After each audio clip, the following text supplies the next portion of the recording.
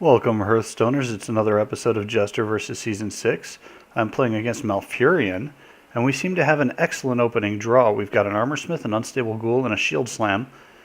In case it does turn out to be a Control Druid, I'm hoping we draw into a Black Knight or an Execute for those pesky high-cost minions, Druids of the Claw, and things of that nature. Oh, there's a Black Knight. That's excellent. We're going to pass the turn. Now this could be an aggro build, it could be a control build. There's really no way to know until he starts getting underway. He's going to coin something out. An Enervate, so it's probably something big. And a Keeper of the Grove doing 2 to my face. Oh, what a bad play. We're going to drop the Ghoul in response to that. I don't even know what to make of that. He just wasted his coin and a card to get a 2/4 out early.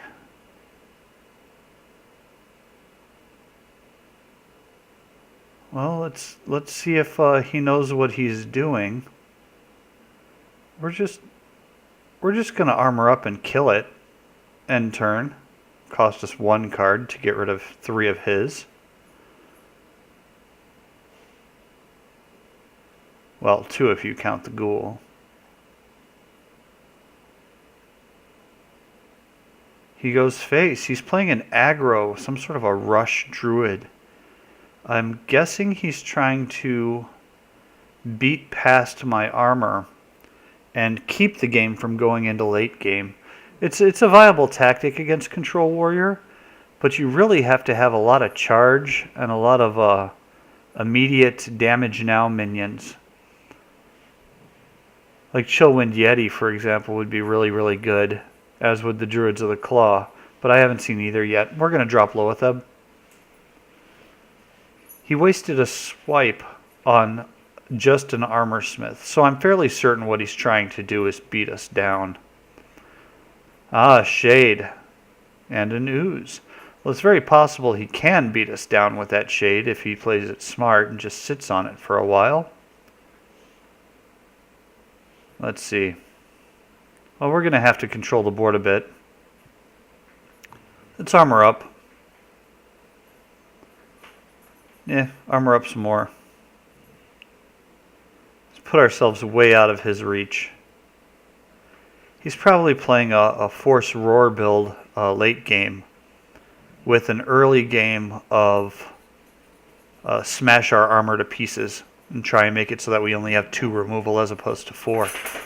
It's fairly clever, but I don't think it's going to work. I mean, if you want to go aggro against Control Warrior, you're going to have to bring something special, like Leper Gnomes. Argent Squire's even decent. Harvest Golem would be good. And then he drops a Druid of the Claw as a Taunter. Looks like he's trying to protect his Shade, which is a good move.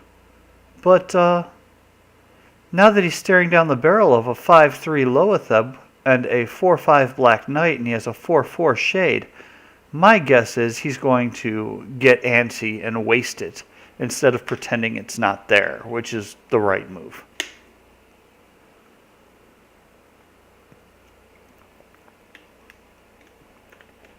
Well, maybe not the right move. He might be looking at the fact that I have 7 mana crystals and saying I can drop a rag next turn. And if I do, he's got a 50-50 shot of losing that Shade. But if he spills out some minions right now, sitting on the Shade is the good answer. There's a Haunted.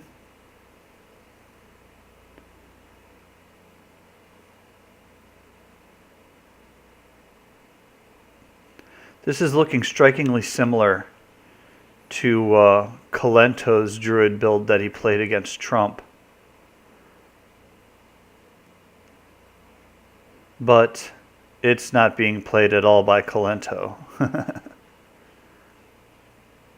Let's see here. I'll take some face damage maybe. No.